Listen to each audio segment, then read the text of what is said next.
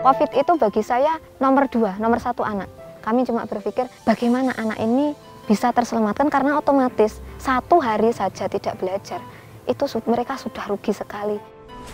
Nama saya Ria Yunita, profesi saya adalah sebagai guru pendidikan agama Islam di SD Negeri 2 Sengon, Kecamatan Bendungan, Kabupaten Trenggalek.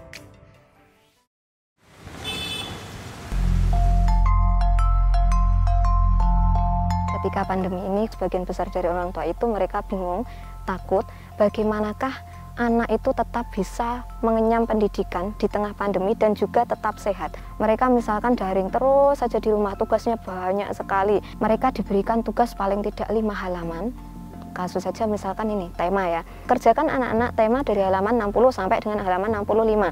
Tanpa adanya penjelasan, cukup kasih tugas, ditinggal tidak on. Kemudian kalau apalagi ada kebingungan sinyal, kebingungan pertanyaan, sulit mau bertanya kemana. Nah itulah yang kami tangkap dan akhirnya kita membuat berbagai macam ini mas, kegiatan atau inovasi yang sekiranya anak itu mereka bisa nyaman, baik itu belajar online maupun belajar luring.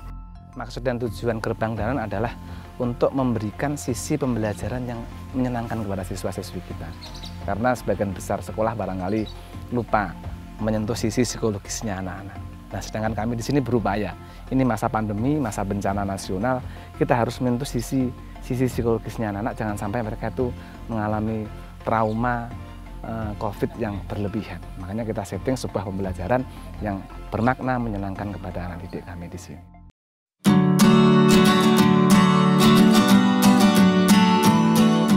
Metode luring itu kami laksanakan dalam satu kelas, kita bagi menjadi beberapa kelompok sesuai dengan protokol kesehatan.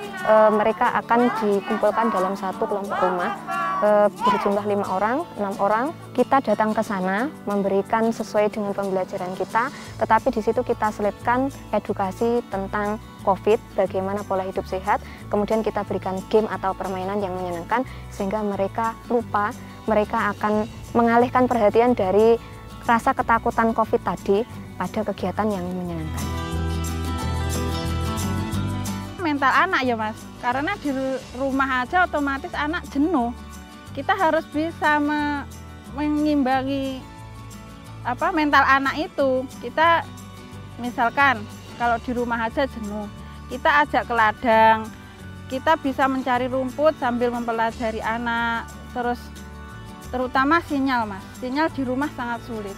Kita harus bisa mencari sinyal itu, di mana sinyal itu berada. Waspada, virus corona, belajar di rumah, tidak masalah. Setiap RT itu gotong royong, membangun sebuah taman, yang dimana di situ memang satu visi dan misi utama adalah diperuntukkan untuk anak, tujuannya menjaga psikisnya anak. Taman itu bisa dimanfaatkan untuk apa? 1, untuk belajar anak tentang lingkungan, mereka bisa menanam, bisa memetik bunga, bisa membaca edukasi berbagai macam tanaman toga, sayuran, bunga, di situ tanaman hias. Dan yang kedua, di setiap Taman Desa Wisma itu disediakan yang namanya wifi gratis dan juga checkpoint untuk belajar anak-anak. Anak-anak yang kesulitan sinyal, mereka otomatis berkumpul di situ, tetapi tetap memperhatikan protokol kesehatannya. Karena di situ ada yang jaga di setiap ketika jam pelajaran ataupun tidak ada jam pelajaran anak. Pemerintah desa sendiri memfasilitasi sekali lagi untuk free wifi itu di balai desa atau di taman-taman desa itu ada free wifi-nya. Kita memantau anak kalau di lingkungan taman-taman atau di balai desa atau di tempat-tempat yang digratiskan keramaian itu sangat bisa sekali untuk memantau. 1, 2, 3, go! Harus kerjasama. Kakak-kakak mohon Pesan untuk anak-anak saya yang ada di seluruh Indonesia, kalian adalah generasi emas bagi bangsa ini. Jangan pernah terpengaruh oleh kondisi apapun, sekalipun di situ COVID tetap ada, kalian harus tetap menuntut ilmu. Jadi istiqomahlah dengan ilmu. Ketika ilmu itu mengikuti kita, maka kehidupan kita, kesejahteraan kita juga akan mengikuti.